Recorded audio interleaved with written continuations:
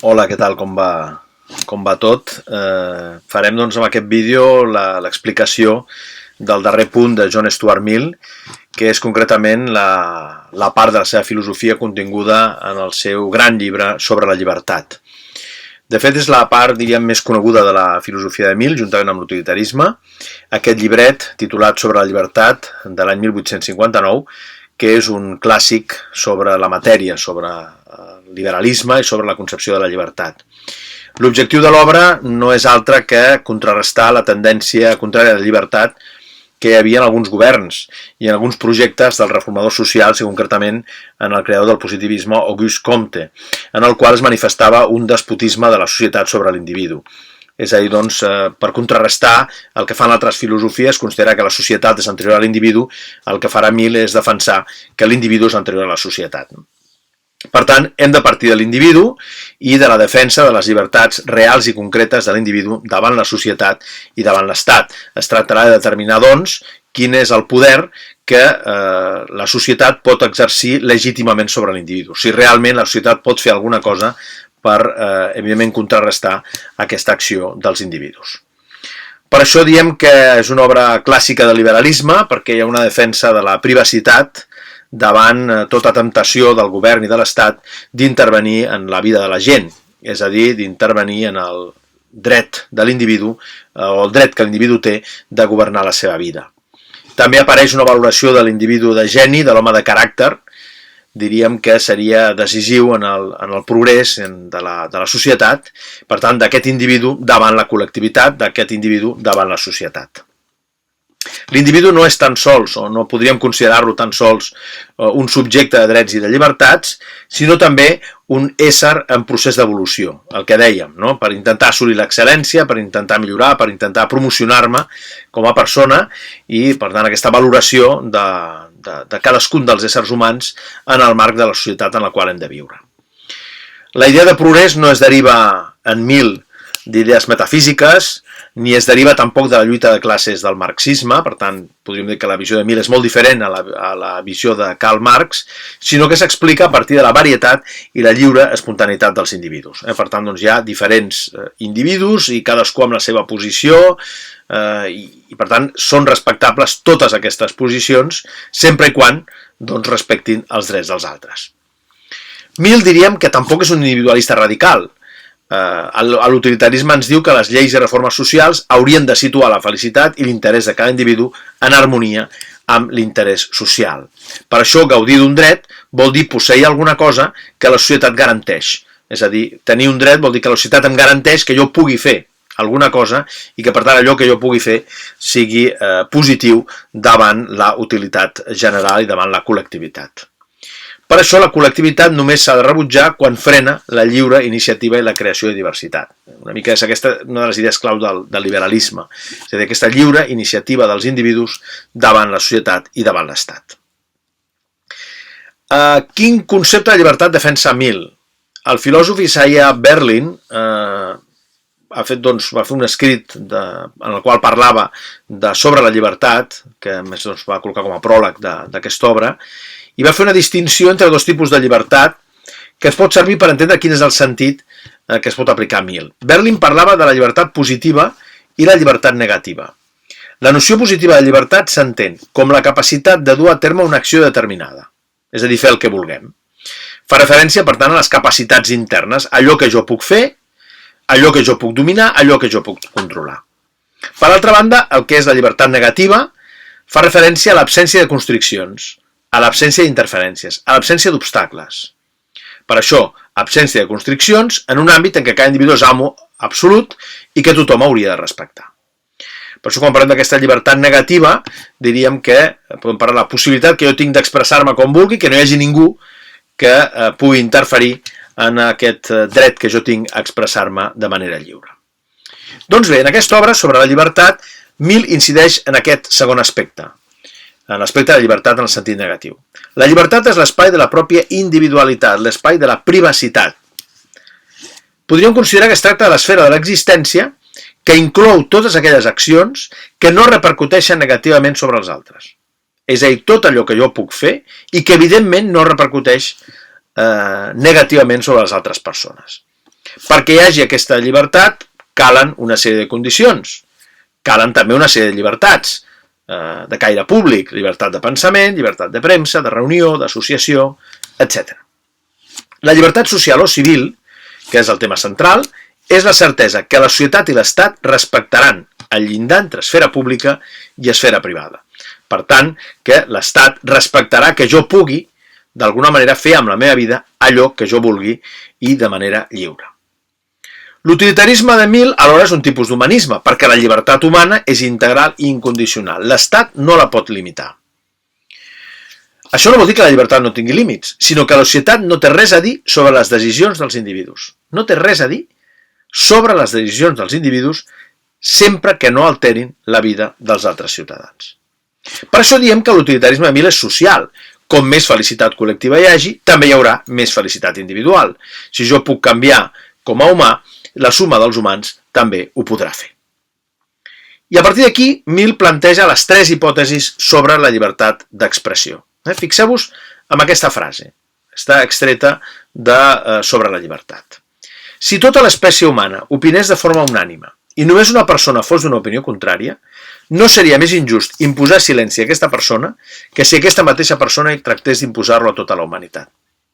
És a dir, si hi ha una persona que opina al contrari del que opina la immensa majoria, aquesta persona ha de tenir dret d'expressar-ho, ha de tenir dret d'opinar, ha de tenir dret de plantejar quina és la seva posició. Llavors, Mill és conscient de la dificultat que aquesta tesi sigui admesa i, per tant, en el seu assaig ho argumentarà en detall. Hi ha 3 hipòtesis possibles quan una opinió és prohibida o censurada. Primer, que una opinió particular sigui impedida, tot i essent falsa, que una opinió impedida sigui falsa i que una opinió impedida i la dominant en la societat siguin ambdues part de la veritat. És en el primer part que l'opinió sigui impedida i la segona que sigui falsa. Primera hipòtesi. Fixeu-vos, només una persona que no s'equivoqui mai tindria dret a impedir una opinió. És una persona infal·lible, és l'única que té dret a impedir una opinió. Encara que tothom coneix la seva fal·libilitat, encara que tothom sap que és limitat, per tant que s'equivoca, ningú no pren precaucions contra aquesta fal·libilitat. El més comú és basar-se en l'opinió general i dominant, és a dir, defensar la pròpia opinió des de la pretesa infal·libilitat de tothom. És a dir, com que tothom diu que X és I, doncs X és I. Aquí no hi ha discussió. Tothom ho diu, i quan parlem de tothom, qui és tothom? Tothom és, en el meu cas, jo, la meva família, els que m'envolten, però poca cosa més. És a dir, tothom és la petita part d'aquells amb els quals convivim. Quan els governants afirmen impedir opinions perilloses per a la comunitat des de la convicció d'un deure, és a dir, hi ha opinions que no es poden defensar perquè és un deure de tot governant que sigui així, la condició seria que hi hagués llibertat de contradir-la, perquè, si no, estem pressuposant la infal·libilitat. Si diem hi ha opinions que no es poden mantenir, estem dient que jo no m'equivoco mai, i això no és cert. En les decisions no hi ha prou amb justificar-les per mitjà de l'experiència, sinó que cal la discussió per interpretar els fets. És a dir, hem de poder rebutjar o refusar una opinió amb arguments. Mill segueix argumentant que alguns només imposaran principis jutjats com a inqüestionables perquè pensa que són certs, però no és un jutge de la certesa aquell que no escolta l'altra part. És a dir, hem d'escoltar també l'opinió contrària. Jo puc pensar de determinada manera respecte a la independència de Catalunya, per exemple, però he d'entendre que hi ha gent que pensa el contrari. I he de posar-me en el lloc d'aquells que pensen el contrari. Mill segueix argumentant. Evidentment, infal·libilitat és intentar decidir pels altres una qüestió sense que aquests puguin escoltar les raons contràries. Si dic que no m'equivoco mai, voldrà dir que tu, si mantens l'opinió contrària, doncs, clarament, fixeu-vos, si jo em considero infal·lible, vol dir que aquell que opini el contrari, clarament s'està equivocant. I si jo estic plantejant que s'està equivocant, puc arribar fins i tot a la conclusió de que aquella gent o aquella persona que, per tant, opina el contrari, doncs puc fer amb ella el que vulgui. No? I això justificaria el feixisme, el nazisme, etc etc. Fixeu-vos, si el nazisme o el feixisme parteix de la veritat absoluta de les seves propostes, vol dir que aquell que està equivocat pot ser exterminat. Fixeu-vos, la idea és clarament perversa. No? Llavors, el benestar intel·lectual només procedeix d'aquelles èpoques de la història que van permetre la lliure discussió i, per tant, van acabar amb el despotisme intel·lectual. S'ha de respectar l'opinió contrària. Segona hipòtesi. La segona hipòtesi diu el següent. Si l'opinió reprimida és falsa, triomfa la veritat. Es tracta de valorar si és bo professar veritats rebudes sense que la seva veritat pugui ser atacada obertament. Mill afirma: si no existissin adversaris per a les veritats importants, caldria inventar-los. És a dir, sempre hi ha d'haver un adversari, sempre hi ha d'haver algú que opini el contrari. És bo que hi hagi algú que opini el contrari. Perquè si no, aleshores la veritat mateixa es converteix en un dogma mort. L'absència de discussió fa oblidar el fonament i el sentit d'allò que defensem. És a dir, que defensar una opinió té sentit, aquesta opinió que estic defensant, en la mesura en què hi ha algú que està intentant contraposar-la i que hi ha algú que està intentant enfrontar-s'hi. Les paraules llavors ja no suggereixen idees i es converteixen en veritat heretada i no adoptada. Et diuen, has de fer això perquè això és veritat. Si no hi ha ningú que ho pugui posar en discussió, clarament, doncs això queda com un dogma mort, sense cap mena d'avenç. Tercera hipòtesi. La tercera hipòtesi és que l'opinió reprimida comparteixi la veritat amb l'opinió general, per tant, que ambdues opinions siguin part de la veritat. Mill diu, fixeu-vos, l'opinió més feble té més dret a ser defensada, perquè, evidentment, pot perillar un dels aspectes del benestar humà, i és el fet que hi hagi diferents posicions. Quan no hi ha llibertat d'expressió, les veritats prohibides poden aixecar-se contra la veritat establerta com a absoluta, amb la mateixa pretensió d'absolutisme. Clar, si jo no deixo que t'expressis, al final l'altre voldrà també no deixar expressar-me a mi. Fixeu-vos. Aquest és el cas de les revolucions. Què passa amb una revolució? Quan triomfa la revolució, esdevé conservadora. Perquè, clar, la veritat que defensa la revolució és una veritat absoluta. Llavors, en el moment en què hem aconseguit la revolució, aleshores es converteix en un dogma. Tota opinió que representi alguna cosa de la veritat, que bandeja l'opinió comuna, és a dir, que bandeja el que diu l'opinió pública, ha de ser considerada com a valuosa, encara que pugui contenir algunes errades.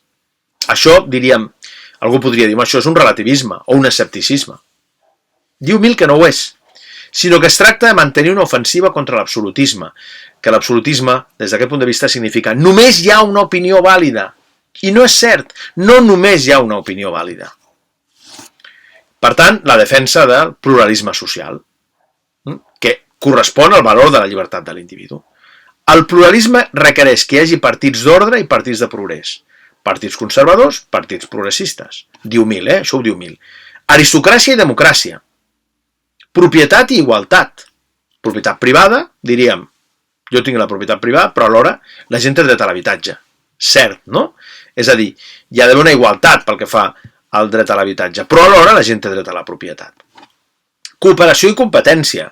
Podem cooperar, però també el nostre sistema econòmic es basa en la competència. Austeritat i luxe. Hi ha gent que viu de forma molt senzilla i hi ha gent que viu de forma molt luxosa. Per tant, podem dir que aquests dos aspectes, òbviament, formen part de la veritat. Passem al punt següent, que és la llibertat d'organitzar la pròpia vida. És beneficiós que hi hagi una pluralitat d'opinions, sens dubte. Per tant, cal obrir la possibilitat de diferents maneres de viure, d'acord amb la diversitat de caràcters. Sempre que això no suposi cap mal per als altres. És a dir, jo puc fer el que vulgui sempre que respecti els altres, sempre que respecti els drets dels altres. Això és el principi del dany. No es tracta només d'una defensa aferrissada del dret a la privacitat, sinó de que l'individu es pugui desenvolupar plenament. I això és una condició de tot allò que implica benestar o felicitat. És a dir, ser civilitzats, tenir cultura, tenir educació, etc. La pressió de l'opinió pública ha fet que la societat interfereixi en el que és millor de la individualitat. Per tant, l'individu ja no es pregunta què prefereix o què és més adient per al seu caràcter, sinó què és el que convé a la seva situació o què fan les persones de la seva condició. Per tant, ens preguntem què és el que ens convé, què fa la gent, què opina la gent, i aleshores ja no em pregunto què és el que em convé a mi, sinó pregunto què és el que diu la gent i, per tant, quina és l'opinió majoritària. I de vegades hem de fugir d'aquestes opinions majoritàries, del fet que la gent, tothom digui el mateix, no se segueix que sigui veritat. És a dir, la veritat consensual veritat com a resultat del consens. D'aquí no se segueix que del fet d'arribar a un consens doncs puguem arribar a la veritat absoluta. Per tant, tot el que tendeix a destruir la individualitat és despotisme, tant si pretén imposar la voluntat de Déu com si vol fer acceptar els mandats dels homes. I per últim, l'últim punt, i amb això acabarem ja l'explicació de Mill, és una part especialment interessant, que són els límits de l'autoritat de la societat sobre l'individu. Això apareix al capítol 4 de Sobre la llibertat. Quin és l'objectiu d'aquest capítol 4? Vincular el progrés dels individus al progrés social i mostrar que del canvi de cada individu en depèn el progrés de la humanitat en el seu conjunt. És a dir, del fet que jo canviï implicarà el canvi de la societat. Els petits canvis de cadascú de nosaltres impliquen grans canvis en la societat. Mill comença afirmant que aquell que rep la protecció de la societat deu, diríem, una compensació per aquest benefici. I que viure en societat implica mantenir una línia de conducta respecte dels altres. És a dir, viure socialment implica que jo m'he de comportar d'una determinada manera. Això què vol dir? No perjudicar els interessos dels altres.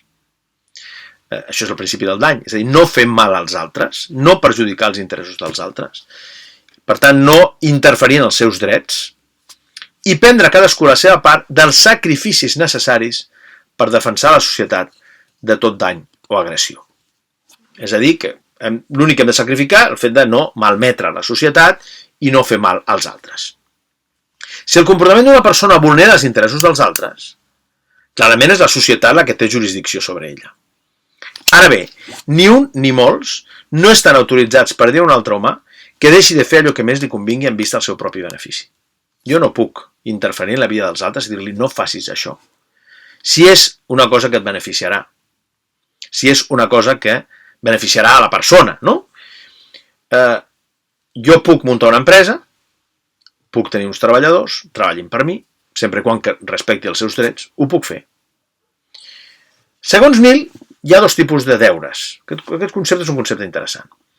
Els deures envers un mateix, que seria la moral, no? Els deures que tinc respecte a mi mateix, i els deures que tinc envers els altres, que això seria la llei. No? És a dir, jo em puc comportar respecte als altres d'una manera concreta i si transgredeixo aquesta línia de conducta envers els altres, aleshores clarament hi ha una sanció a nivell legal. Per exemple, jo tinc el deure de respectar la propietat dels altres. Si robo, doncs clarament la llei cau sobre mi. Aquests darrers, els deures envers els altres, són regulats per les lleis, mentre que els primers estarien formats pels sentiments o les inclinacions. Els deures envers un mateix no són socialment obligatoris. És a dir, que aquest deure que jo tinc respecte a mi mateix no puc pensar que els altres l'hagin d'aplicar necessàriament. Si no és el cas que les circumstàncies el converteixin en deures envers els altres, llavors sí, en aquest cas, si aquest deure envers a mi mateix es converteix en un deure envers els altres, llavors sí que es converteix en socialment obligatori. Mentre no trepitgem aquests darrers, fixeu-vos perquè això és interessant, cadascú pot fer el que li sembli, fins i tot comportar-se d'una manera que ens pot desplaure profundament, comportar-se d'una manera que ens pot desagradar profundament. El que és cert és que l'ésser humà no és una illa. Això ho diu Mill, basant en una obra, un poema de John Donne, és a dir, ningú és una illa, el fet de no ser una illa. Ningú no està completament aïllat.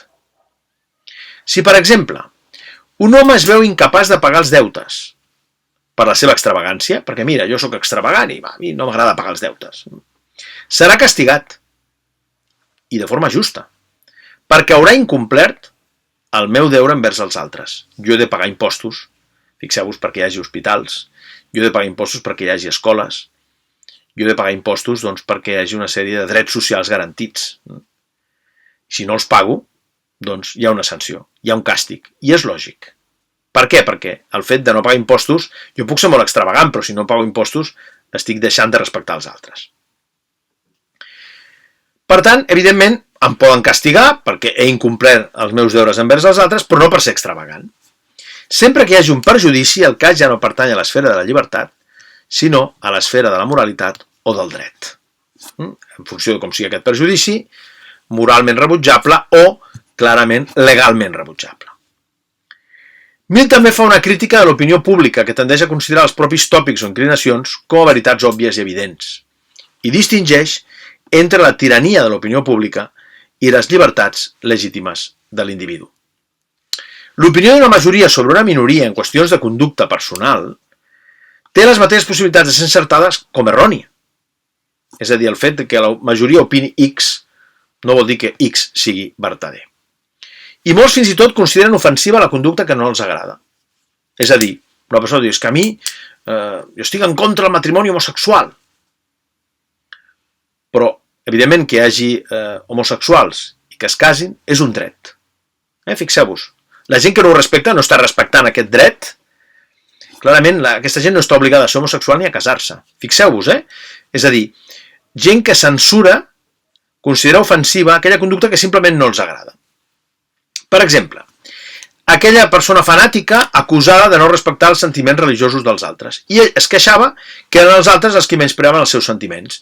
És com si digués, aquell que considera que el matrimoni homosexual no s'ha de dur a terme és perquè els altres no respecten la seva opinió, que ell pensa que el matrimoni homosexual no s'ha de dur a terme. Oblidem aquí que es tracta d'un dret i, per tant, hem de respectar els drets dels altres. El públic, per tant, l'esfera pública, no ha d'intervenir en els gustos ni interessos propis dels individus. Tothom té dret a fer el que vulgui, a tenir els gustos que vulgui, idees, opinions, etc. La idea que és un deure de tot home procurar que un altre sigui religiós ha estat el fonament de totes les persecucions religioses i un exemple molt clar d'una conducta intolerant. És a dir, si és una obligació fer que l'altre sigui religiós, al final, òbviament, no es pot donar com a conseqüència la persecució religiosa. Per tant, un exemple d'intolerància, de no respectar les opinions contràries. Mill fa una justificació del que actualment anomenaríem relativisme cultural. Recordeu, relativisme cultural és defensar que totes les cultures són respectables i tots els valors són respectables, per tant és una actitud radicalment tolerant. Però que té punts criticables també. Diu Mill, no té cap sentit enfrontar una civilització a una altra, per les mateixes raons que no tindria sentit fer-ho des del punt de vista de la religió. Els pobles poden viure en un territori sotmesos a les lleis que vulguin, i l'única condició, principi del dany, una altra vegada, que no agredeixin altres nacions i concedeixin als que no estiguin satisfets amb els seus mètodes la llibertat per separar-se. És a dir que, evidentment, jo tinc tot el dret a alliberar-me, si decidim que ens volem alliberar d'un estat al qual formem part, doncs hem de tenir tot el dret a fer-ho. Es poden enviar missioners a altres països, però no forçar la consciència. Tu pots enviar missioners perquè intentin evangelitzar, però no forçar la consciència, no obligar a evangelitzar. Cal defensar, això sí, la pròpia civilització. Per què? Perquè té uns fonaments morals, uns valors. Només les civilitzacions degenerades no es defensen. Nosaltres hem de saber defensar els nostres valors. Mill, tot i així, dirà: no crec que cap comunitat tingui el dret a forçar una altra a ser civilitzada. Tema colonialisme. És a dir, cap comunitat té el dret a forçar a una altra a ser civilitzada. D'aquest relativisme cultural, és a dir, que les cultures són respectables, no se'n segueix un relativisme moral. Que cada cultura sigui diferent no vol dir que els valors morals també ho siguin. I aquests valors morals són patrimoni comú de la humanitat. És a dir, que hi ha d'una moralitat mínima que tothom segueixi. I aquests valors, per tant, no es poden reduir només als d'Occident, sinó que hem de mirar-ho en termes més universals. Aquesta concepció de Mill de la llibertat, que ha tingut molta influència en el pensament posterior i que, tot i que no entra ja a selectivitat, abans entrava, crec que és una bona oportunitat per poder conèixer aquestes idees d'aquest gran filòsof britànic que va ser John Stuart Mill.